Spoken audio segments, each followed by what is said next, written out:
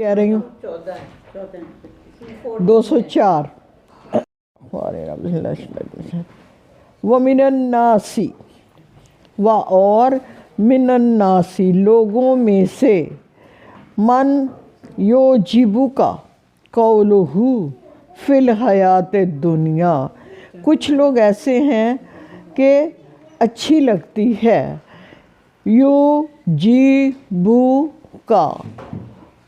ان کی یعنی تیری ان سے کے بارے میں کہا جا رہا ہے نا، کاف ہے نا اینڈ پہ، تو اچھی لگتی ہے قولہ یہ ہو اس کی ضمیر ہے ان کی باتیں، یعنی کچھ لوگوں میں سے ایسے ہیں جن کی باتیں بہت اچھی لگتی ہیں فی الحیات دنیا دنیاوی حیات میں، اس دنیاوی حیات کے بارے میں وہ بڑی خاص بڑی اچھی باتیں کرتے ہیں اور آپ کو یہاں اس دنیا میں رہتے ہوئے ان کی باتیں بہت پیاری لگتی ہیں۔ وَيُشْهِدُ اللَّهُ اور وہ گواہ بنا لیتے ہیں اللہ کو عَلَى مَا فِي قَلْبِهِ اوپر اپنے دل کے، یعنی اللہ کی گواہی ڈال کر اپنی باتوں کو سچا ثابت کرنے کی کوشش کرتے ہیں۔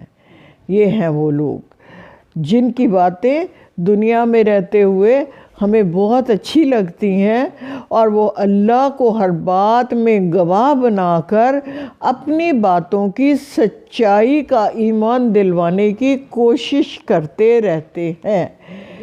واہ لیکن وہ الد الخصام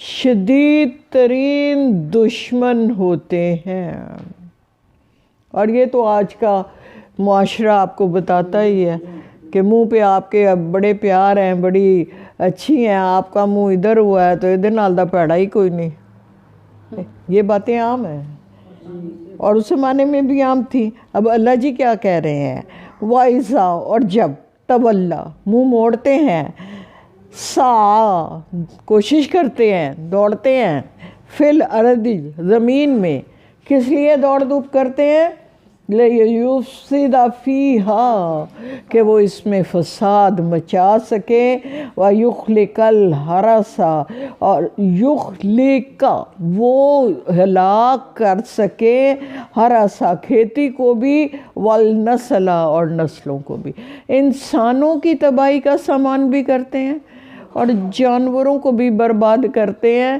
اور کھیتیوں کو تباہ و برباد کرتے ہیں۔ یعنی انسان کی جو حیات ہے وہ پاسبل کس پہ ہوتی ہے، نباتات پہ۔ تو دوسری بات پتہ کیا ہے، اسلام آپ کو جنگ کے رولز بھی دیتا ہے، مکمل ضابطۂ حیات ہے، آپ کو کی لائف کے سیکرٹس جو پہلو ہیں ان کو بھی وہ گائیڈ کرتا ہے۔ آگے آپ پڑھیں گے کہ حج کے بارے میں آپ سے پوچھا گیا تو اللہ جی کیا کہتے ہیں، تو اس سے آگے تو کوئی بات نہیں۔ جنگ کے جو رولز ہیں ان میں خاص طور پہ یہ کہا جاتا ہے عورتوں اور بچوں پہ حملہ نہیں کریں گے آپ، اسی طرح کھیتیاں فصلیں برباد نہیں کریں گے آپ، اسی طرح۔ اور یہاں آپ دیکھیے کہ وہ کہہ رہے ہیں نسلیں بھی برباد کرتے ہیں اور کھیتیاں بھی تباہ کرنے کے لیے کوشاں رہتے ہیں، مسلسل جد و جہد میں رہتے ہیں۔ فسادی جتنے ہوتے ہیں ان کا یہی کردار ہوتا ہے نا، آپ کی اٹھائی اس کو بتائی، اس کی بٹھائی انہوں دسی انہوں دسی، فساد مچانا ہے نا جی۔ جیسے کوشش ان کی ہمیشہ یہ ہوگی کہ دو بندے مل کے نہ بیٹھ سکیں بس کہیں نہ کہیں، اور اس کوشش میں وہ کہاں تک چلے جاتے ہیں کہ وہ دین کے رولز کو پامال کرتے ہیں اور کوشش کرتے ہیں کہ اگر راستے میں کھیتیاں بھی آ رہی ہیں تو ان کو بھی تباہ و برباد کر دیا جائے۔ اور اللہ جی آپ ہر صفحے پہ قرآن کے کم و بیش پڑھ رہے ہیں لا تفسدوا فی الارض، کہ اللہ کو فساد پسند نہیں ہے، کہ اللہ کو بالکل لا یحب المفسدین، اللہ فساد کرنے والوں کو پسند نہیں کرتا. آپ کو بار بار اللہ جی کہتے ہیں معاف کر دو، درگزر کرو. بار بار قرآن ہم سے کہتا ہے کہ آپ بھلا دیجئے، معاف کر دیجئے. ایون کہ یہاں تک کہا ایک عورت جو اپنے شوہر کی زیادتی کو برداشت کرتی ہے، اور اسی طرح ایک مرد جو اپنی بیوی کی زیادتی کو برداشت کرتی ہے، ان کے مراتب اللہ کے یہاں بہت اونچے ہیں کہ جنہوں نے زندگی گزاری صبر اور شکر کے ساتھ. تو اللہ تعالیٰ ان کو نوازتا ہے اپنی خاص نعمتوں سے. تو یہاں آگے اللہ جی کیا کہہ رہے ہیں؟ واللہ لا يحب الفساد، کہ اللہ فساد کو پسند نہیں فرماتا. اللہ سکون والی، ہمارا دین اسلام امن کا دین ہے، سلامتی والا دین ہے. اور ہمیں جو ترغیب دی جاتی ہے وہ بھی دی جاتی ہے کہ سکون والی زندگی اختیار کیجئے، فسادی زندگی کو اوائڈ کیجئے. وَإِذَا، اور جب قِيلَ لَهُ، ان سے کہا جاتا ہے اتق اللہ، اللہ سے ڈرو، اخذتہ، پکڑ لیتا ہے ان کو عزت، العزت بالاسم، گناہ ان کو عزت یعنی جھوٹی عزت ان کو اس پر مزید زیادہ پختہ کر دیتی ہے. اخذت کیا ہوتا ہے؟ اخذ کر لیا، نتیجہ لے لیا، بنا لیا، پکے ہو گئے. نتیجہ کیا ہوتا ہے؟ نتیجہ یہ ہوتا ہے کہ آپ نے بحث مباحثہ کر کے ایک کیلکولیشن نکال لی ہے، اب وہ رول بن گیا ہے. تو وہ کیا رول بنا لیتے ہیں کہ یہ جھوٹی عزت کی خاطر گناہ پر اڑے رہنا ہے. دین کیا کہتا ہے اس بارے میں؟ دین یہ کہتا ہے کہ آپ سے غلطی ہو جائے تو اس غلطی کی تلافی کیجئے، اور اس کے بعد فوری طور پہ اللہ سے توبہ کیجئے، معافی مانگیے. اور اللہ کو توبہ کرنے والے توابین کا لفظ آتا ہے، بہت پسند ہے، بار بار اللہ سے توبہ کرنے والے لوگ. دیکھیے انسان تقاضائے بشریت ہے کہ اس سے غلطیاں ہو جاتی ہیں، ہماری سرشت میں رکھی گئی ہے کہ غلطی ہو جاتی ہے.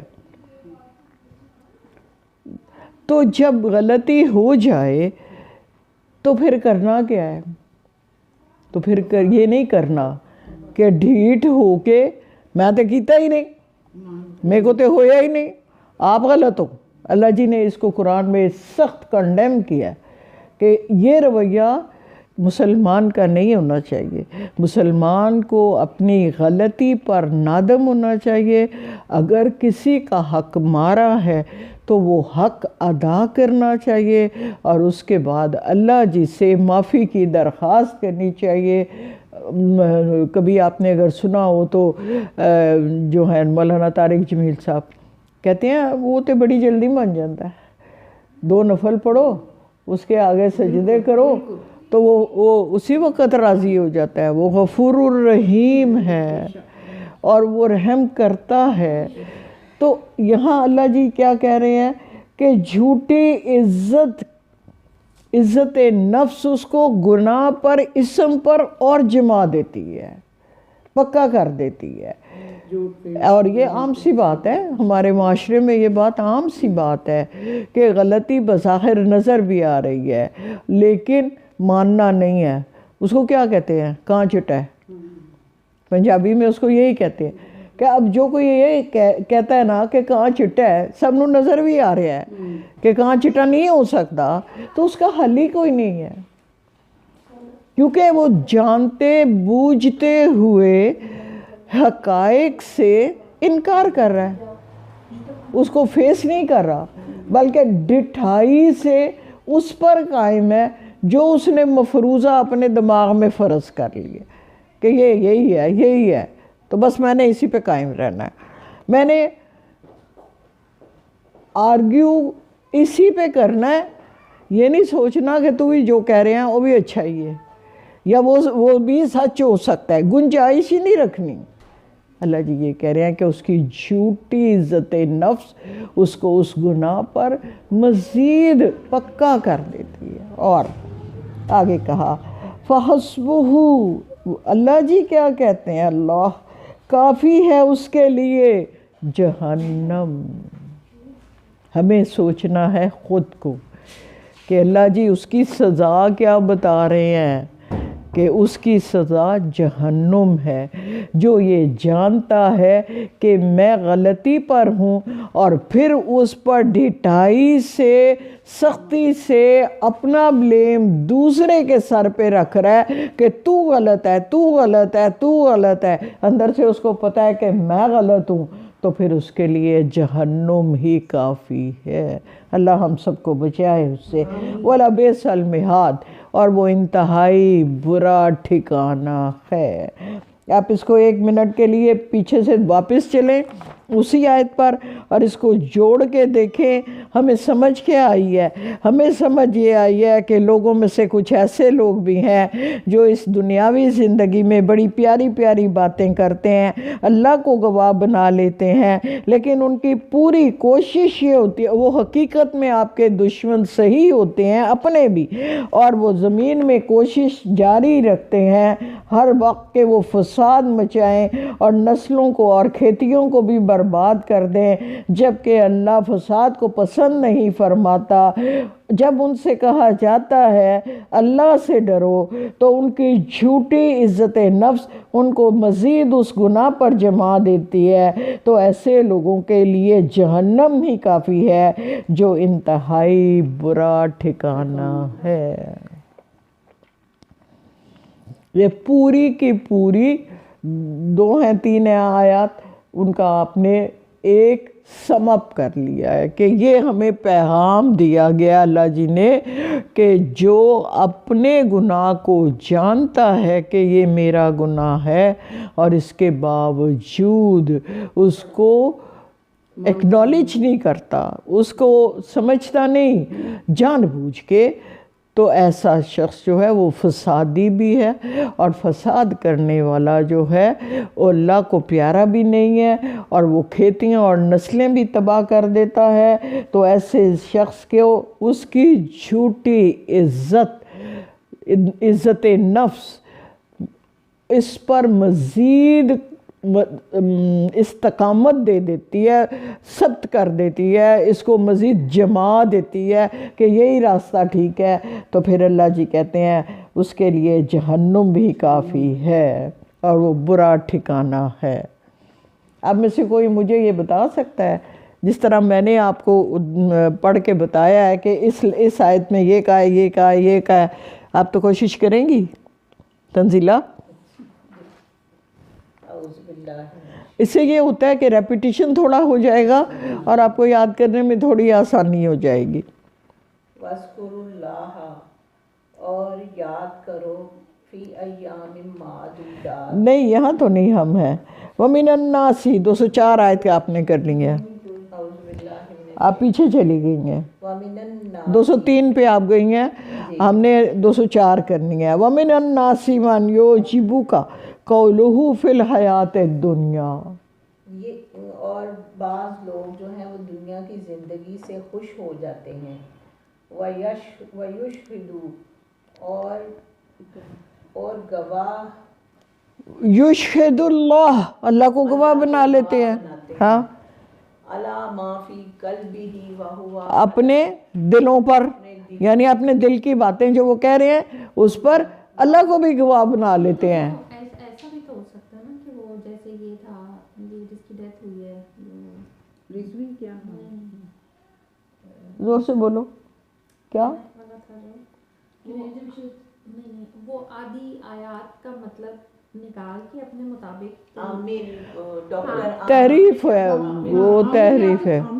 لیکن یہاں پہ بھی تو یہ کہا جا سکتا ہے نا کہ وہ اپنی بات کو زوردار بنانے کے لیے آدھی آیت کا ترجمہ پیش کر دیتا تھا نا لوگوں کے سامنے۔ وہ تو ہے، وہ بات ہے، دیکھیے جو یہ بات کہنا چاہ رہی ہیں نا وہ یہ ہے کہ نماز کے قریب مت جاؤ. اگلی آیت کیا ہے؟ اس کو چھوڑ دیتے ہیں. نماز کے قریب مت جاؤ، قرآن ہم سے کہہ رہا ہے، قرآن میں یہ آیت ہے، لیکن یہاں تک بس رکھ کے یہ نہیں بتاتے کس حالت میں، نشے کی حالت. یہی بتا رہی نا کہ یہ تو وہ آدھی اللہ کو گواہ بنانا نا، ہاں اللہ کو غلط طریقے سے مطلب اس کے کلام کو یوز کر رہے ہیں. یہ ان کا مطلب یہی ہے بات کرنے کا کہ قرآن سے گواہی تو مل رہی ہے نا کہ نماز کے پاس مت جاؤ. تو پھر یہ دیکھیں کہ کیوں نہیں جاؤ، کیوں اگر یہ آدھی آیت کو چھوڑ دیا. وجہ کیا ہے کہ ہاں نماز کے آگے آگے وجہ اپنی لگا لو. اپنی لگا بچہ اپنی لگا لیجیے. چلیں جی آگے دیکھتے ہیں ہم. قرآن پاک میں کئی جگہ پہ یہ بھی تو آتا ہے کہ دیکھیں دنیا کے اپنے تھوڑے سے فائدے کے لیے ہاں وہ قرآنی آیات کو بدل دیتے ہیں، بدل دیتے ہیں، بیچ دیتے ہیں، بیچ دیتے ہیں. وَلَا تَشْتَرُوا بِآيَاتِ اللَّهِ ثَمَنًا قَلِيلًا وَإِيَّايَ فَارْهَبُونِ. ابھی ہم ان سے سمجھ رہے ہیں، پڑھ رہے ہیں. اب جیسے ڈاکٹر پرویز عالم، ان کی کیا قرآن کے انہوں نے کس طرح کیے ہوئے ہیں سارے، یہ مجھے خود بتانے والے ہیں کہ ہم یہ قرآن پڑھتے ہیں، اس میں یہ ہے یہ. ہاں دیکھیں نا اس میں وہ تو جی ہر وہ تو قرآن ہی ہے نا، ہاں اس جی میں وہی پڑھتے ہیں، لیکن خود سے تبدیلیاں باتیں. ہاں جی. الد الخصام اور وہ ابھی وہی جو آپ نے بات کی ہے نا، آگے وہی ہے. آپ مجھے یہ بتائیں کہ اس کو دوبارہ کرنے کی ضرورت ہے؟ سمجھ لیا ہمیں. سمجھ گئی ہے نا. چلے آگے چلتے ہیں. وہ من الناس ہی، اور لوگوں میں وہ بھی ہیں، من جو یشری بیچ دیتا ہے، نفسہو اپنے نفس ابتغاء تلاش میں، مرضات اللہ اللہ کی رضا تلاش کرنے میں. اب قرآن کا اسلوب یہی ہے کہ ہمیشہ مقابلے میں دوسرا بندہ لے آتے ہیں اللہ پاک، کہ ایک وہ شخص ہے جو کہ فسادی ہے، دوسرا وہ ہے جو اللہ کی رضا تلاش کرنے میں اپنے نفس کو بھی بیچ دیتا ہے. مطلب کیا ہے کہ اس حد تک کاوش کرتا ہے کہ اس کو اپنے نفس کی بھی پرواہ نہیں ہوتی. اب ان میں ایک مثال آپ کے سامنے آتی ہے، جیسے کہ بہت سارے لوگ ایسے ہیں جن کو، پہلی بات اس سے ہٹ کے بتاؤں گی روزہ کیا ہے. آپ کو بے شک حکم دیا گیا ہے، تو آپ اپنے نفس کو مارتے ہیں نا، حلال چیزیں آپ پر اس میں اپنے اوپر حرام کرتے ہیں نا.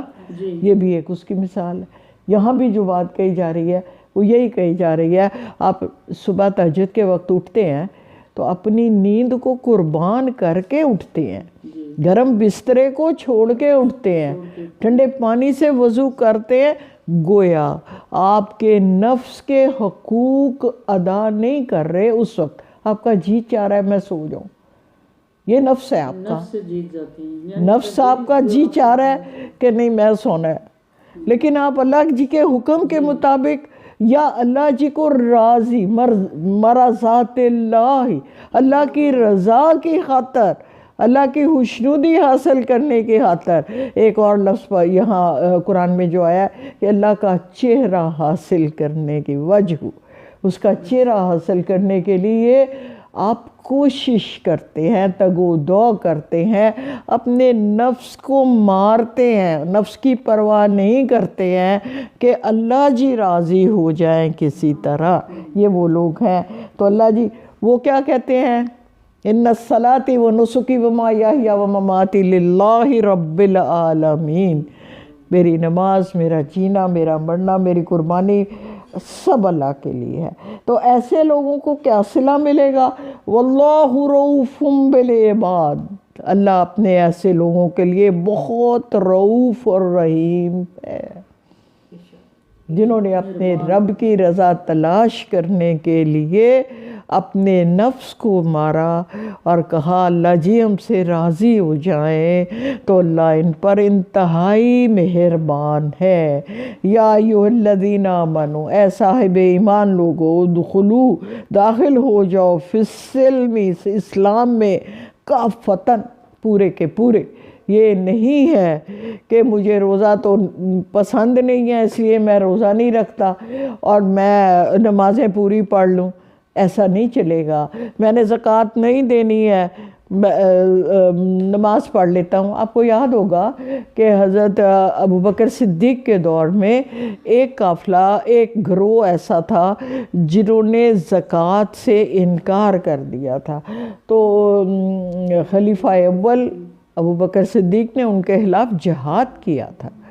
تو مقصد اللہ جی ہمیں کیا کہہ رہے ہیں؟ اپنی مرضی کا دین مت چنو. جو دین نے رول دیے ہیں ان سب پہ، جیسے کہ بازار حسن میں جسم فروشی کا دھندا رمضان اس میں بند کر دیا جاتا ہے محرم میں. 4 دیگیں پکا کے دے دیں اور کہا سارے گناہ تل گئے نا. تو اللہ جی کہتے ہیں ایسے نہیں ہوگا. یہ تمہارا اپنا بنایا ہوا دین نہیں چلے گا. دین وہی قبول ہوگا جو رب نے دیا ہے. جو اللہ پاک ہم سے کہہ رہے ہیں ہمیں اس پر چلنا ہوگا، تب اللہ جی کو قبول ہے دین اسلام. اگر میں اپنی مرضی سے کہہ دوں کہ قرآن میں تو پردے کے احکام کوئی نہیں کیونکہ میں پردہ نہیں کرتی شرعی، تو اس کا مطلب یہ نہیں ہے کہ شرعی پردے کے احکامات موجود نہیں ہیں. ویسے تو میری عمر میں اللہ جی نے کہا اتلی چادر لا کے بھی رہ لو. لیکن ہم لوگ قرآن جو ہم کو کہتا ہے شرعی پردہ ہم لوگ نہیں کرتے. کون کرتا ہے؟ کرتے ہیں لوگ ایسے کر کے. نہیں ایسے کر کے نہیں. شرعی پردے کا مطلب کیا ہے کہ نامحرم گھر میں نہ ہو، ہاں الگ سے رہیں، کسی کے ساتھ میل جول بات، ہاں یہ ہوتا ہے نا. جی تو کوئی کرتا ہے پھر؟ کرتے ہیں لوگ، کرنے والے کرتے ہیں. میں ان کو نہیں کنڈیم کر رہی کہ وہ نہیں کرتے. ایسے لوگ موجود ہیں آج بھی جو شرعی پردہ بھی کرتے ہیں. کوئی بات ہے فالتو باتیں آ جاتی ہیں اس میں. ایک لڑکی ہے شادی ہو کے جاتی ہے سسرال میں، اب وہ دیور کے کپڑے جیٹھ کے کپڑے سب اسے ساس. دیکھیے یہ ہر جگہ نہیں ہوتا نا، یہ ہر جگہ نہیں ہوتا. زیادہ تو ایسے ہی ہوتا ہے. ہم رول نہیں دے سکتے نا. جو ہمیں جو قرآن نے رول دیا ہے ہمیں اس کو پڑھنا ہے. پھر ایک اگر کہے کہ میں نے یہ کام نہیں کرنا، یہ نامحرم یا اس کے لیے کھانا نہیں بنانا، اس کے لیے کپڑے اس کے نہیں دھونے، تو اس کو چھوڑیں گے پھر گھر والے؟ یہ لڑکیاں یہ سختی، یہ وہی بات ہے. ہمیں یہ پتہ کیوں؟ اس لیے کہ ہم جاہل ہیں. ہم قرآن کے رولز کو پڑھتے نہیں، اپنے بچوں کو نہیں پڑھاتے، آگے اپنی بیٹیوں کو نہیں بتاتے. یہ ان کا رائٹ ہے کہ ان کو. دیکھیے اللہ کے نبی کیا فرماتے ہیں، اللہ کے نبی کیا فرماتے ہیں کہ بیوی کو لازم نہیں کہ وہ کھانا پکائے. جی یہ ہے اللہ کا حکم ہے نا. جی جی. شوہر کا کھانا پکانا بھی بیوی پر لازم نہیں. شوہر کا کام ہے بیوی کو کھانا کپڑا رہائش دینا. تو ایسی صورت میں آپ یہ سوچیں نا، یہ تو ہم نے ہندوؤں میں رہ کے اپنے اندر وہ تمام رسم و رواج ڈال لیے ہوئے ہیں جو ہندوؤں کے ساتھ رہتے ہوئے ان کی معاشرت میں تھے. تو بات یہ ہے کہ ہم نے کرنا کیا ہے، اس کو سیکھنا. یہ قرآن جو ہم پڑھ رہے ہیں یہ کس لیے پڑھ رہے ہیں؟ کہ ہمیں اپنے رائٹس کا بھی پتہ ہو. جو اللہ کے رائٹس ہیں ہر بندے کے رائٹس کا پتہ ہو، شوہر کے، بیوی کے، بچوں کے. ساس جو ہے اس کی خدمت بہو پر فرض نہیں ہے، بیٹے پر ہے. بیٹا کرے نا، بہو نہیں کرتی تو اس پر لازم نہیں. بیٹی اپنی ماں دی کرے اور اس کی اجازت شوہر کو دینی چاہیے کہ جا تو اپنی ماں دی خدمت کر، کیونکہ ماں باپ کی خدمت فرائض میں آتی ہے. یہ اس بچی کا بہت بڑا پن ہے جو جا کے اپنے سسرال کو کھانا روٹی یہ وہ بنا کے دیتی ہے. آج کل کیا زمانہ سے چلا آ رہا ہے، وہی بات ہے. اللہ نہیں آپ کو گناہ تو پھر وہی میں کہتی ہوں نہیں ہونا، نہیں گناہ پھر نہیں ہونا چاہیے. آپ ڈر سے آپ کو میں کہتی ہوں کہ تم یہ کام لازمی کرو، گھر میں ڈر ہے تو وہ بگڑ تو نہیں. پورا گھر ایک سائڈ پہ ہو رہا ہے، ایک لڑکی وہاں بگڑ سکتی ہے؟ تو ان کے ڈر سے کر رہی ہے، اس کو قانون کا بھی پتہ ہے، اللہ کے حکم ہے، تو پھر اللہ دیکھیے یہ معاشرتی برائیاں تو ہر جگہ موجود ہیں، ہم اس رول پہ آ جائیں جو اللہ جی بتا رہے ہیں، کیونکہ معاشرتی برائی کون سا شعبہ زندگی کا ایسا ہے جہاں ہم اللہ کے حکموں کی نافرمانی نہیں کرتے؟ ہم تو ہر جگہ اللہ کے حکموں کی نافرمانی کرتے ہیں، ان کو آپ گننے بیٹھ جائیں گے تو وقت ختم ہو جائے گا۔ یہی تو میں کہہ رہی ہوں، آپ ہاں، چلیں چھوڑیں۔ بسم اللہ الرحمن الرحیم۔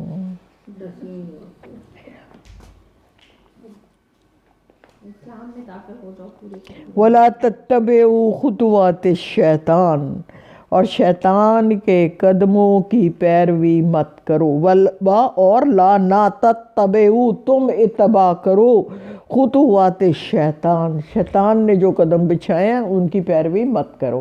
یعنی وہ شخص جو اسلام میں پورے کا پورا داخل نہیں ہوتا وہ شیطان کے قدموں کی پیروی کر رہا ہوتا ہے۔ تو ہمیں رب تعالیٰ یہ فرما رہا ہے کہ اسلام، دین اسلام نے جو احکامات دیے ہیں، جو فرضیت دی ہیں، پیچھے آپ نے پڑھا تھا کتب علیکم الصیام، پھر اللہ جی ہم نے پیچھے پڑھا ہے کتب علیکم قتال۔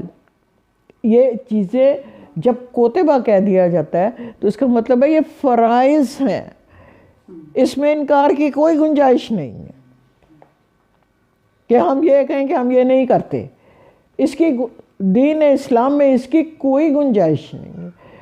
جو اللہ نے ہم کو فرض کر دی ہے ہم یہ نہیں کر سکتے کہ اس کو چھوڑ دیں۔ جیسے حج ہے، اب صاحب استطاعت بندہ اگر یہ کہے کہ میں نہیں کرتا حج بغیر کسی مجبوری کے، یہ مجبوری نہیں ہے کہ میں تھی بھی آلواں تو میں پتر بھی آلواں، یہ کوئی مجبوری نہیں ہے۔ یہی تو کہتے ہیں کہ سب فرائض، یہ غلط ہے نا، یہی بات تو بتا رہی ہوں کہ تو وہ دین اسلام میں ہی نہیں آتا ہے لوگ۔ اللہ جی، اللہ کے نبی کہتے ہیں وہ ہم میں سے نہیں جو ارکان اسلام واجب ہونے کے یا فرض ہونے کے باوجود نہیں اس کو امپورٹنس دیتے۔ ہونا تو یہ چاہیے کہ جس کے پاس حج کے پیسے ہیں اور اس کی صحت اجازت دے رہی ہے تو وہ سب سے پہلے سارے دنیا کے کام چھوڑے اور حج کرے، کیونکہ حج فرائض میں ہے۔ فرائض میں ہے، اور یہی تو چوائس اللہ نے کی ہے نا کہ آپ کس کو سلیکٹ کرتے ہیں، دنیا کو یا ہاں دین کو۔ ہاں، یہ ہماری حاجن بچی ہے اس لیے یہ حج پہ بولی ہے۔ شکر ہے اللہ کا، الحمدللہ جس نے یہ توفیق دی، اور جوانی کا حج تو اپنی بسم اللہ توکلت علی اللہ انہ لکم عدو مبین، یقیناً وہ شیطان تمہارا کھلا دشمن ہے۔ فَإِن زَلَلْتُم مِّن بَعْدِ مَا جَاءَتْكُمُ الْبَيِّنَاتُ فَاعْلَمُوا أَنَّ اللَّهَ عَزِيزٌ حَكِيمٌ۔ فَإِن، اگر، زللتم، زلزلہ کیا ہوتا ہے؟ ہلا دینا، ہل گئے تم، پھسل گئے تم دین سے، تو پھر کیا ہوگا؟ من بعدی، بعد اس کے، ما جاءتکم البینات، جبکہ تمہارے پاس روشن نشانیاں آ چکی ہیں، فَاعْلَمُوا، تو جان لیجئے، ان اللہ، بے شک اللہ، عزیز حکیم، زبردست حکمت والا ہے۔ یعنی اللہ جی کسی نہ کسی طریقے سے تمہیں پکڑ ہی لیں گے، تم مت سمجھنا کہ روشن نشانیاں آ گئی ہیں اور ہم انکار کر کے بچ جائیں گے، ایسا نہیں ہوگا۔ اللہ کو واللہ خیر الماکرین، قرآن ہم سے کہتا ہے کہ اللہ بہترین تدبیریں کرنے والا ہے۔ تو اللہ تعالیٰ اپنی چالوں سے، اپنی تدبیروں سے پاکستان کو ترقی دے۔ اللہ تعالیٰ پاکستان کے حق میں بہتری کرے اپنی تدبیروں سے، ہمارے بس میں نہیں ہے۔ ورنہ کیا ہو رہا ہے بس ہم نے نہیں پوچھا کیا ہو رہا ہے، اس میں نہیں جانا، ہمیں اس میں نہیں جانا، ہمیں اس میں نہیں جانا، اس صرف دعا کرنی ہے۔ میرے پاس یہ ہے نا، اللہ کی کتاب ہے نا، میں کہتی ہوں اگر مجھے کوئی ایک ٹائم دے دے اور میں سب کو مار کے سب لیڈروں کو کرسی اپنی لالچ، اور یہ کیسے ہوا کہ جو جیت گئے وہ ہار گئے، جو ہارے ہیں وہ جیت۔ چلیں جی آگے چلتے ہیں۔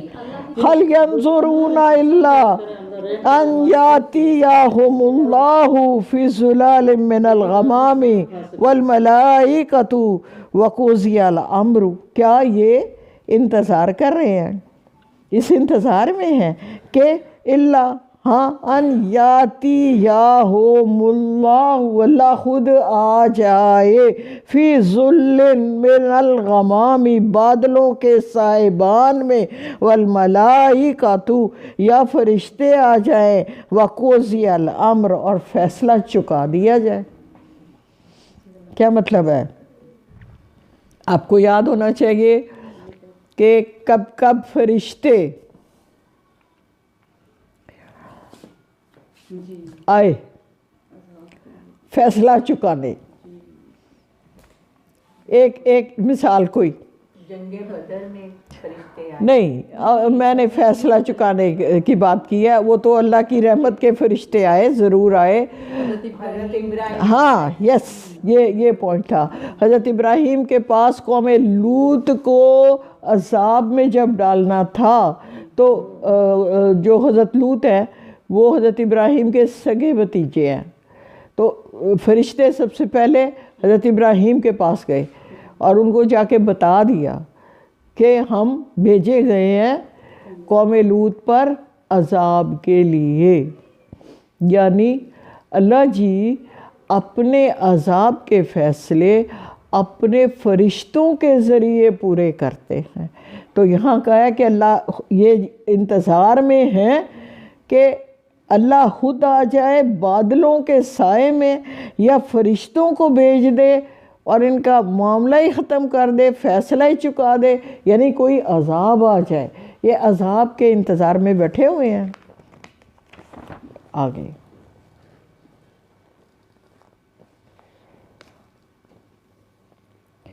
وَإِلَى اللَّهِ تُرْجَعُ الْأَمُورُ، اور إِلَى اللَّهِ، اللہ کی طرف، ترجع الامور، تمام معاملات، امور، امر کی جگہ سارے معاملات اللہ ہی کی طرف پلٹا دیے جائیں گے، یعنی ہر ایک کو اللہ ہی کی طرف پلٹ کر جانا ہے، جانا بھی ہے، اور کیا، اپنے تمام اعمال کا بھی حساب دینا ہے کہ تمام اعمال اللہ ہی کی طرف پلٹا دیے جائیں گے۔ آپ کو وہاں جا کے اللہ جس کو جواب دینا ہوگا۔ سل بنی اسرائیل کم آتینہم من آیات بینہ، پوچھ لو بنی اسرائیل سے کہ ہم نے ان کو کتنی روشن نشانیاں دیں۔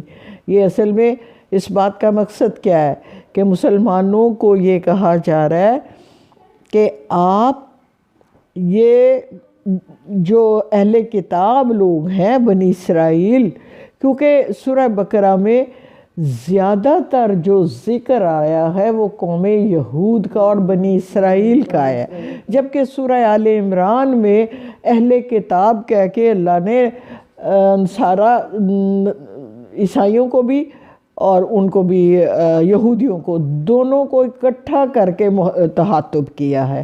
تو یہاں یہ کہا گیا بنی اسرائیل سے پوچھ لو کہ ان کو کتنی ہم نے نشانیاں عطا کیں جو روشن اور بین تھیں۔ آگے جو حذف ہے بات، یعنی یہ بات کہنے کا مقصد کیا ہے، لیکن وہ عمل نہیں کیا انہوں نے، روشن نشانیاں آ جانے کے بعد بھی انہوں نے اللہ کی بات نہیں مانی، عمل نہیں کیا۔ تو پھر اللہ جی آگے کیا کہہ رہے ہیں، اب جب اللہ کے نبی آ گئے ہیں، اب بھی وہ اپنی کتاب کی بھی بات نہیں مان رہے، جس میں روشن نشانیاں اللہ کے حبیب کے آنے کی موجود ہے۔ سورہ بقرہ کی آیت نمبر 146 میں آپ پڑھ رہے ہیں کیا؟ وہ اس طرح پہچانتے تھے جیسے اپنے بیٹوں کو پہچانتے ہیں۔ تو جب انسان اپنے، اس کی وضاحت میں نے کی تھی پہلے بھی کہ اللہ کے نبی کو تو پتہ ہی نہیں تھا کہ میرے اوپر وحی آئی ہے، تو حضرت خدیجہ ان کو سب سے پہلے ورقہ بن نوفل کے پاس لے کے گئیں اور انہوں نے تصدیق کی کہ آپ نبی ہیں۔ تو اللہ کے نبی کو پتہ چلا کہ مجھے نبی چنا گیا ہے، وہی جو فرشتہ آیا تھا وہ وہی لے کر آیا تھا۔ اسی طرح میں نے راہب کا قصہ آپ کو بتایا تھا کہ دادا کی ڈیتھ کے بعد جب حضرت ابو طالب حضور کو لے کر شام کے سفر پر گئے تو وہاں راہب جو تھا ان کا پادری، اس نے کہا کہ آپ اس کو لے کے واپس چلے جائیں، یہ اپنے بھتیجے کو، کیونکہ میری قوم کے لوگوں کو اگر پتہ چل گیا تو وہ ان کو قتل کر دیں گے۔ اور اللہ کے نبی اسی وقت اپنا سفر ادھورا چھوڑ کے ان کے ساتھ، اپنے چچا کے ساتھ واپس آ گئے تھے۔ یعنی اس کے علاوہ ایک اور ہے، ایک شخص جو تھا اس کا نام تھا القمہ، اور یہ کون لوگ تھے؟ اس کے دو بیٹے تھے، ایک کا نام تھا کرزب اور دوسرا حارس۔ یہ کس قافلے میں موجود تھے؟ وہ جو نجران سے قافلہ مباہلہ کے لیے مدینہ آیا تھا اس میں آ رہے تھے۔ تو چھوٹا تھا کرزب، اس کے گھوڑے کو جیسے لگی ٹھوکر تو وہ گرنے لگا، تو کہتا ہے برباد ہو جائے اس کی ماں جس نے ہمیں بلایا۔ تو بڑا بھائی کہتا ہے حارثہ کہ ایسے مت کہو، ایسے مت کہو۔ کیوں مت کہو؟ تمہیں پتہ ہے کہ وہی نبی ہیں، تاریخ میں یہ بات لکھی ہوئی ہے، اور ایسا کرنے سے عذاب ہم پر آئے گا۔ پھر وہ 10 دن رہے وہاں پہ مباہلہ کے لیے، لیکن مباہلہ ہوا نہیں اور وہ اسی طرح واپس چلے گئے۔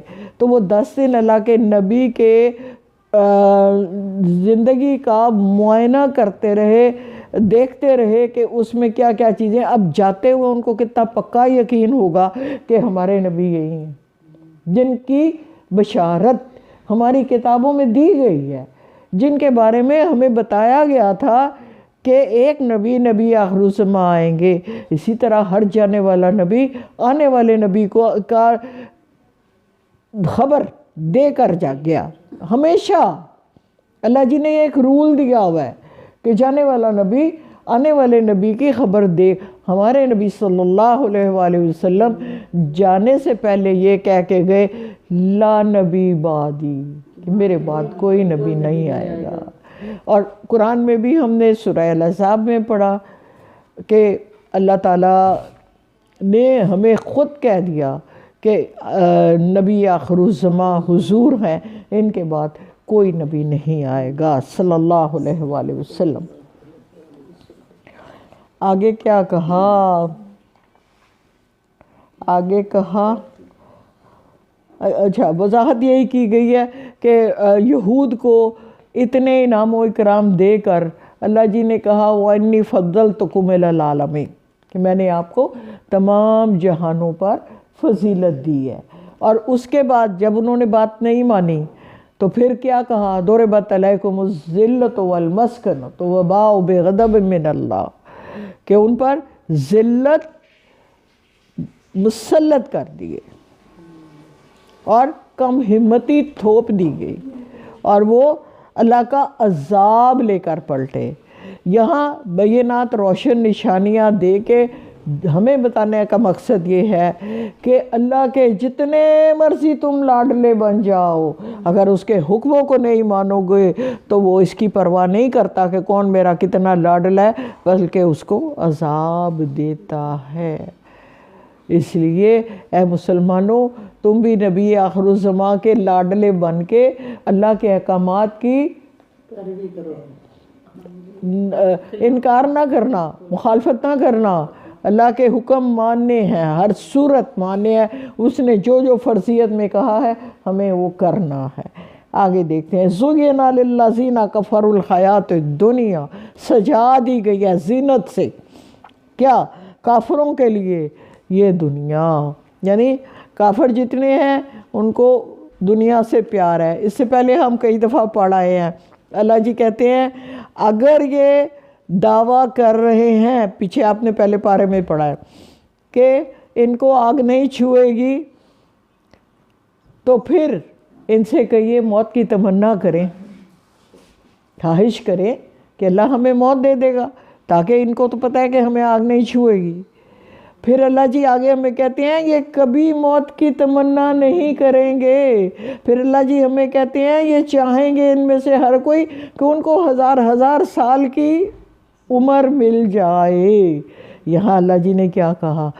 سجا دی، پیار ڈال دیا ہے دلوں میں اللہ نے کافروں کے اس دنیا کے لیے، اور مومن کے لیے اللہ کے حبیب کیا فرماتے ہیں محمد صلی اللہ، قید خانہ، السجن کا لفظ استعمال کرتے ہیں، دنیا۔ آگے کہا وَيَسْخَرُونَ مِنَ الَّذِينَ آمَنُوا، اور وہ مذاق، اللہ یستہزئ بہم پڑھا ہے نا پہلے، یہ وہی لفظ ہے۔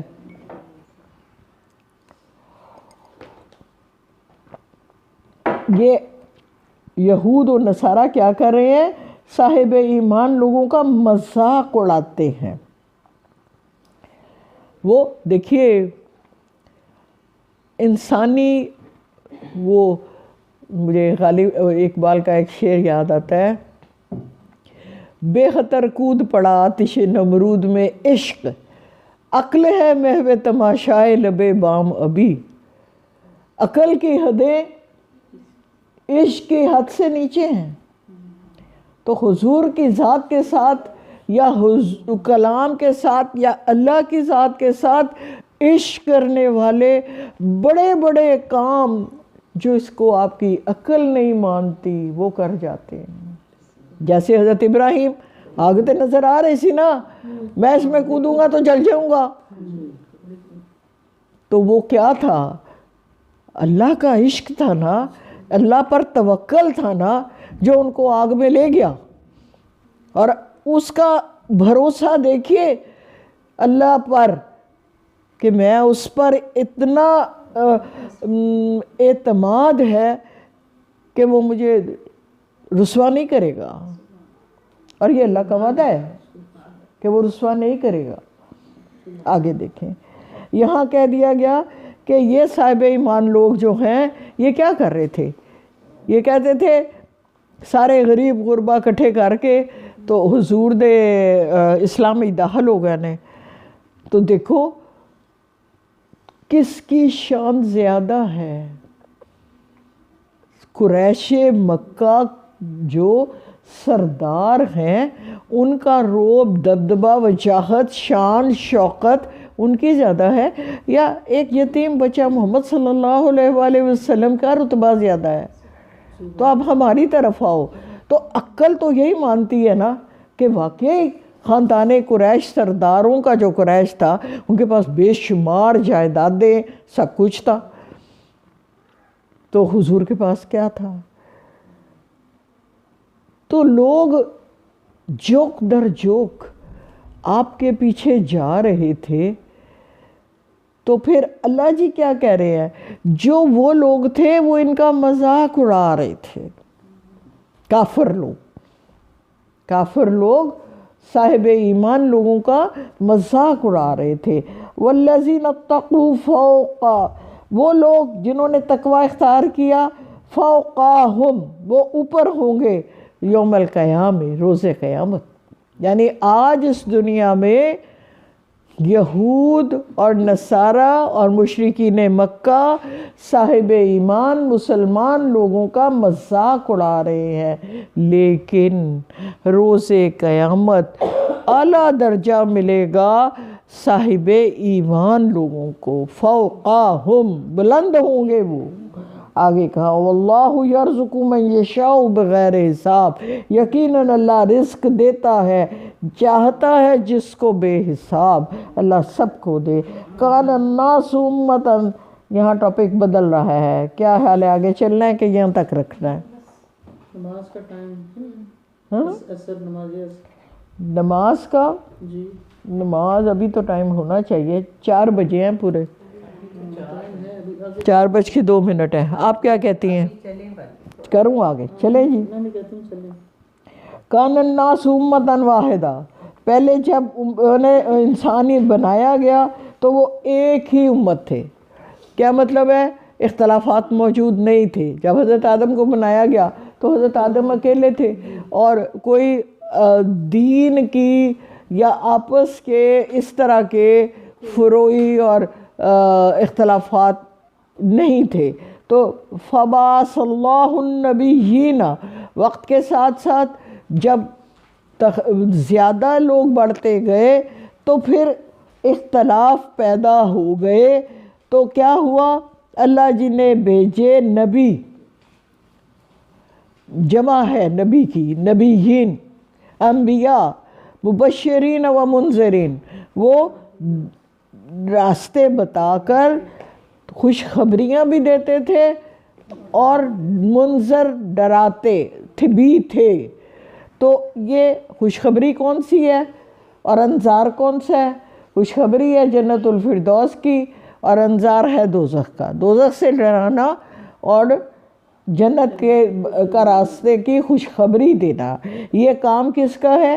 اللہ جی کہہ رہے ہیں میں نے انبیاء کو سونپ دیا یہ کام کہ وہ جنت کی خوشخبریاں بھی سنائیں، اچھے اعمال کروا کے اور برے اعمال پر لوگوں کو ڈرائیں بھی۔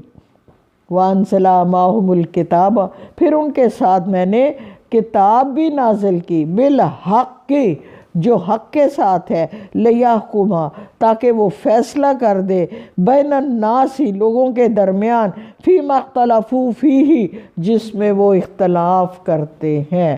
گویا کتاب دی کس لیے؟ کہ اس میں احکامات دے دیے، اور اس لیے کہا کہ ان احکامات کو سامنے رکھتے ہوئے تمام لوگ جو آپس میں اختلاف کر رہے ہیں ان کو واضح کر دو کہ کون سی بات اللہ جی چاہتے ہیں اور کون سی نہیں چاہتے۔ کتاب دینے کا مقصد آپ کو رولز دے دیے، لائحہ عمل دے دیا، کوڈ آف لائف دے دیا کہ اس راستے پہ اس طرح چلو گے تو آپ کو جنت مل جائے گی، یہ کہا جا رہا ہے۔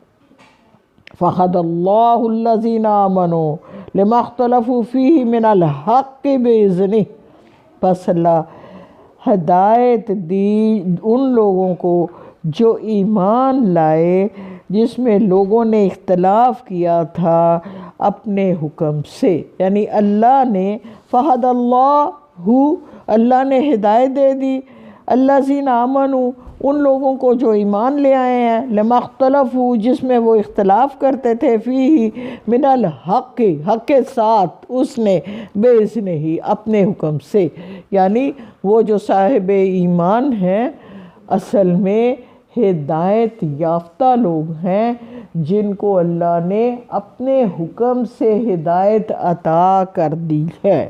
وَاللَّهُ يَهْدِي مَن يَشَاءُ إِلَىٰ صِرَاطٍ مُسْتَقِيمٍ، یقیناً اللہ جس کو چاہتا ہے صراط مستقیم کی طرف، سیدھے راستے پر ہدایت عطا کرتا ہے۔ کیا جی حسبتم، گمان ہے ان کا کیا، یہ کہ تدخلوا، وہ داخل ہو جائیں گے، الجنہ، جنت میں، وَلَمَّا يَأْتِكُم مَّثَلُ الَّذِينَ خَلَوْا مِن قَبْلِكُمْ، حالانکہ تمہارے اوپر تو ابھی وہ ان لوگوں کی مانند حالات نہیں آئے جو تم سے پہلے تھے، یعنی سختیاں وہ برداشت نہیں۔ یہ صورت جو ہے یہ مدنی ہے۔ اب مدنی صورت کا کیا مطلب ہے؟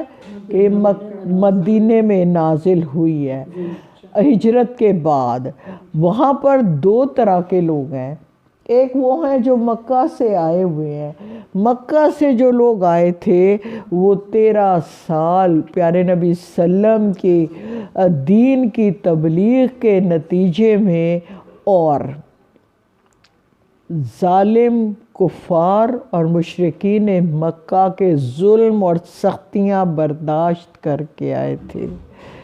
لیکن مدینہ کے لوگ وہ سختیاں انہوں نے برداشت نہیں کی تھی.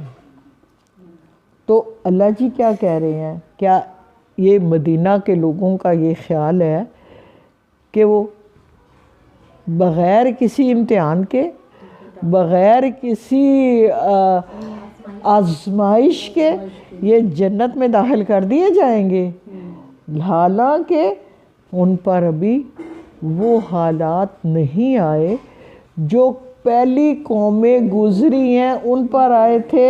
مستہم الباساء، ان کو چھو لیا تھا کہ بھوک نے، والضراء اور تکلیف نے، وزلزلوا اور وہ ہلا مارے گئے تھے، حتیٰ یہاں تک کہ یقول الرسول، رسول وقت کا بول اٹھا تھا، والذین آمنوا اور وہ لوگ بھی جو صاحب ایمان ہوئے، معہ اس کے ساتھ، متی نصر اللہ، اللہ کی مدد کدھر ہے، کب آئے گی؟ الا جان لو، سن لو، ان بے شک نصر اللہ، اللہ کی مدد قریب ہے. یہ پہلی خوشخبری تھی جو اللہ پاک نے پیارے نبی صلی اللہ علیہ وآلہ وسلم کو اس خبر سے دی، اور صاحب ایمان لوگ بھی خوش ہو گئے کہ جان لو کہ اللہ کی مدد قریب ہے. اور اس سے پہلے سورہ صف نازل ہو چکی ہے، اس میں اللہ جی نے کہا تھا نصر من اللہ و فتح قریب، یقیناً مسلمانوں کے لیے فتح قریب ہے. یسألونک ماذا ینفقون، آپ سے یہ سوال کر رہے ہیں، کیا یا پہلے آ گیا نا وہ سائل، سوال کرنے والا، وہ سوال کر رہے ہیں ماذا ینفقون، کہ ہم خرچہ کیا کریں، یعنی اللہ کی راہ میں جو کچھ ہم خرچ کر رہے ہیں اس کو کس تناسب سے اور کن لوگوں میں خرچ کریں. کل آپ کہہ دیجئے ما انفقتم من خیر، بھلائی میں سے یا جو بھی مال ہوگا جو آپ چاہتے ہیں وہ خرچ کر دیں. اور کہاں کریں؟ فللوالدین، پہلے والدین کا حق، والاقربین پھر رشتہ داروں کا حق، والیتامہ اس کے بعد یتیموں کا. آپ سوچئے یہاں آپ کا بھوکا رشتہ دار یتیم سے بڑھ کے آپ کے مال کا حقدار ہے. سب سے پہلے والدین، یہ الگ بات ہے کہ والدین کو زکوٰۃ نہیں لگتی، اس کے بعد لیکن حق ان کا سب کا سے پہلا ہے، والدین، اس کے بعد رشتہ دار آپ کے، تیسری جگہ پہ یتیم، چوتھی جگہ پہ مسکین. وہ ہوتا کون ہے مسکین؟ کیا پہچان بتائی گئی ہے؟ اب پیارے نبی صلی اللہ علیہ وسلم فرماتے ہیں وہ مانگتے نہیں، لپٹ لپٹ کے مانگنے والے نہیں ہوتے، لیکن ان کے چہرے بتاتے ہیں کہ پیٹ پہ بھوک روٹی نہیں ہے. یہ ہے وہ مسکین. اور آگے کہا وابن السبیل، یہ کیا ہوتا ہے؟ سبیل کس کو کہتے ہیں؟ ہاں بولو، اللہ کے راستے کا. وابن السبیل راستے کا بیٹا مسافر. یاد رہے مسافر چاہے اپنے گھر میں کروڑ پتی بھی ہے تو جب وہ حالت سفر میں ہے تو اس کو زکوٰۃ بھی لگتی ہے. آپ کو یاد ہوگا 2-4 سال پہلے حاجی یہاں سے گئے تھے تو ان کو وہاں فلائٹس کے چکر میں ہفتہ ہفتہ رکنا پڑ گیا تو زیادہ راہ ختم ہو گیا، اور پھر لوگوں نے زکوٰۃ سے ان کی مدد کی. بات کا مقصد کیا ہے کہ مسافر پر آپ کا خرچہ کرنا اللہ جی نے کہا ہے کہ اس کا انعام بھی ملے گا. ایسا نہیں ہے کہ آپ یہ کہہ دیں کہ مسافر تھے کروڑپتی ہے گئے تو انہوں کی کرنا دے کے، یہ نہیں کرنا۔ حالت سفر میں جو ہے اگر آپ اس کی خدمت کرتے ہیں، اس کو کچھ دیتے ہیں، تو اللہ جی کے نزدیک اس کے بہت بلند درجات ہیں، اس کا صلہ بہت اچھا اللہ پاک دیں گے۔ آگے کیا کہا؟ وَمَا تَفْعَلُوا مِنْ خَيْرٍ فَإِنَّ اللَّهَ بِهِ عَلِيمٌ۔ اور ما جو تفعلوا تم فعل کرو گے، تم جو بھی کام کرو گے، کون سا؟ خیر کا، بھلائی کا، اور زکوٰۃ کا، خیرات کا، صدقات کا، دینے کا، فَإِنَّ اللَّهَ تو بے شک اللہ بِهِ علیم اس کو اچھی طرح جانتا ہے۔ اگر ایک ہاتھ سے چھپا کے دوسرے ہاتھ نے دے دیا تب بھی اللہ کے علم میں ہے، اور اگر آپ نے اس نیت سے اللہ کی راہ میں پیسہ دیا ہے کہ کوئی دوسرا بھی مجھے دیکھ کے وہ پیسے اور ادا کرے تو یہ بھی اللہ کو قبول ہے۔ کیا اس میں رول دیا ہے؟ حضرت عمر نے اس میں رول دیا ہے کیا؟ فرائض جو ہیں وہ دکھا کر ادا کرو، اور نوافل جو ہیں وہ چھپا کر۔ اب فرائض میں آپ کے زکوٰۃ آتی ہے، آپ زکوٰۃ دیتے ہیں تو بے شک آپ سب کو بتائیں کہ زکوٰۃ میں نے ادا کی ہے، تاکہ اس نیت کے ساتھ کہ میں نے دی ہے تو یہ بھی دے، ارادہ یہ ہو۔ اگر یہ ارادہ ہے کہ زکوٰۃ دیتی ہے تو ٹی وی تے میرا نہ آ جائے، یا لوگ مجھے کہیں کہ میں بہت اچھا ہوں، یا لوگ مجھے یہ کہیں کہ اس نے تو بڑے پیسے دیے ہیں، یا لوگ یہ کہیں کہ تیرے بڑے غریبوں کو کھانے کھلواندہ پھرتا ہے، اس نیت سے نہیں۔ آگے تیسرا پارہ آپ شروع کریں گے اور اس میں پورے 2 رکوع ہیں انفاق فی سبیل اللہ کے بارے میں۔ تو بہرحال یہاں اللہ جی نے ہمیں یہ کہہ دیا کہ آپ یتیموں جو کچھ بھی چھپا کے دو گے یا ظاہر کر کے دو گے، دونوں صورتوں میں رب کو پورا علم ہے کہ آپ کیا خرچ کر رہے ہیں۔ اگلی فرضیت آ گئی، کتب علیکم القتال، تم پر جہاد، قتال فرض، جنگ کر دی گئی، وَهُوَ كُرْهٌ لَكُمْ، چاہے وہ تمہیں ناپسند ہی ہو۔ یہ بات کیوں بنی؟ یہ ایسے ہوا کہ مدینہ میں کچھ لوگ ایسے تھے جو کہہ رہے تھے جنگ لڑائی کرن دی کی لوڑ ہے، کوئی ضرورت نہیں لڑائی کرنے کی، میٹھا میٹھا تھوڑا تھوڑا کر کے آرام آرام نال بیٹھے رہو تے دین دیاں گلاں تبلیغ کردے رہو۔ اللہ جی کہتے ہیں ایسے نہیں ہوگا، میں نے فرض کر دیا ہے قتال تم پر، چاہے یعنی مقصد کیا ہے؟ قتال ہوتا کیا ہے؟ پہلے مجھے یہ بتائیں کیا ہوتا ہے؟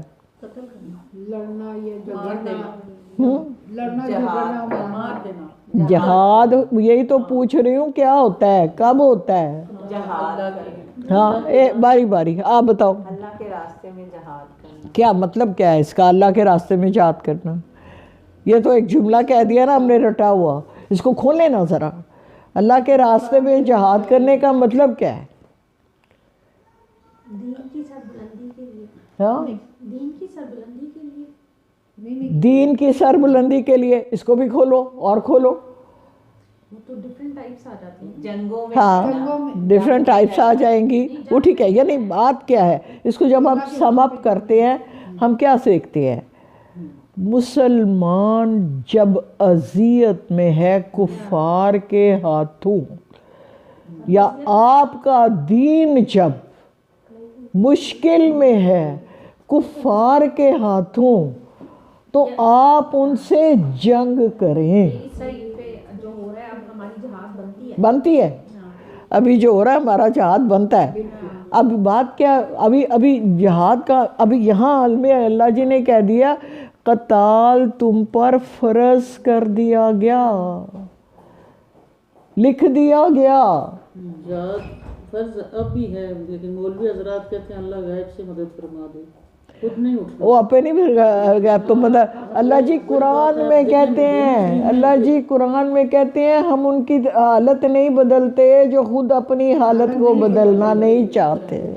قرآن کی آیت ہے، ہم نے ویسے تو سنا ہوا تھا، کتابوں میں پڑھا ہوا تھا کہ نئی حالت کوئی بدلی جاتی ہے اس کی، لیکن یہ نہیں پتا تھا کہ قرآن یہ بات کہہ رہا ہے. جس کو نہ ہو خیال آپ اپنی حالت کے بدلنے کا. ہاں، نہ ہو جس کو خیال خدا آپ اپنی حالت کے بدل. وآسا، اور ان قریب، ان تکرہو شیئن، ہو سکتا ہے کہ کراہت ہو تمہیں جس شے سے، وَهُوَ خَيْرٌ لَكُمْ، اور اس میں تمہارے لیے بہتری ہو. تو تاریخ آپ کو ثابت کرتی ہے نا کہ جب جب جہاد ہوا تو چند جنگوں کے علاوہ اللہ جی نے جنگ کے بغیر ہی مسلمانوں کا رعب ڈال دیا. غزوہ خندق آپ کے سامنے ہے، انتہائی مشکل حالات میں غزوہ خندق ہوئی اور پیٹ پہ پتھر باندھ باندھ کے خندق کھودی گئی. اور اس خندق کے لیے حضرت سلمان فارسی جو فارس سے آئے تھے، ایرانی تھے، انہوں نے مشورہ دیا کہ یہ خندق کھود لو. جب کھودی تو 14-15 دن آمنے سامنے لشکر رہے لیکن جنگ نہیں ہوئی. آخر اللہ نے اپنی مدد سے آندیاں بھیج کے ان کے خیمے الٹ پلٹ دیے اور وہ واپس چلے گئے. خون بہایا ہے.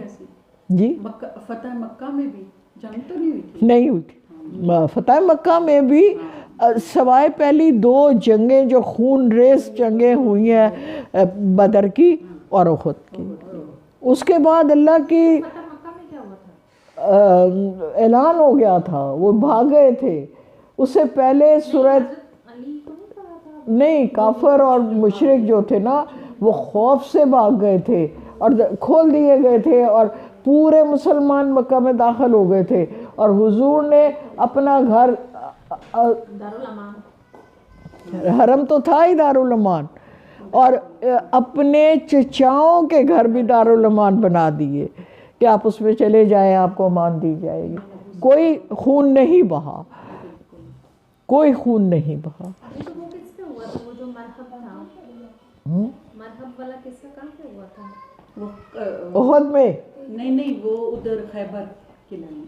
مرحب، ہاں، خیبر کہاں، کیا بات؟ خیبر کا جو قلعہ تھا نا وہاں ہاں مرحب نہیں تھا جو ہاں ہاں اس کو حضرت علی نے. ہاں ہاں صحیح، حدیبیہ خیبر میں بھی ایسے ہی ہوا تھا بھائی. صلح، حدیبیہ میں بھی وہ تو صلح ہو گئی تھی نا. مسلمانوں کا مطلب ان پہ بڑا نہیں، وہ تو ایک معاہدہ ہوا تھا جس اس وقت جو آپ نے صلح حدیبیہ کی بات کی ہے نا، صلح حدیبیہ کے موقع پر تو بڑا نیچے گر کے بظاہر مسلمانوں نے معاہدے پہ سائن کیے تھے.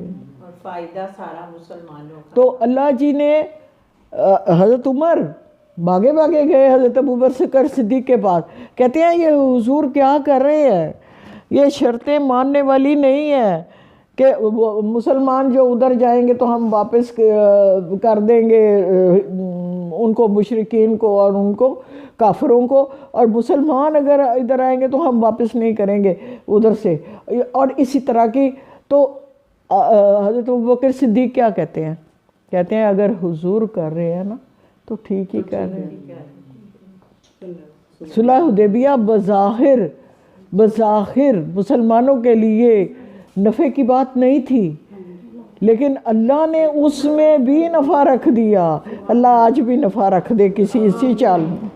ہاں جی، آگے کہا اور ہو سکتا ہے وہ آسان یہ کہ تحبوا شیئا، تمہیں پیاری ہو کوئی چیز، وہو، اور اس میں شر لکم، تمہارے لیے شر ہو، واللہ، اللہ یعلم، جانتا ہے، وانتم لا تعلمون، اور تم نہیں جانتے اس کے بارے میں کہ کل کیا ہونے والا ہے. بے شک اللہ جانتا ہے، ہم نہیں جانتے کہ کیا ہونے والا ہے. وآخر دعوانا ان الحمد للہ رب العالمین. کون سی آیت ہے؟ بسم اللہ الرحمن الرحیم. آپ کے پاس تسبیحات نہیں ہوں گی، نہیں تو ایک ایک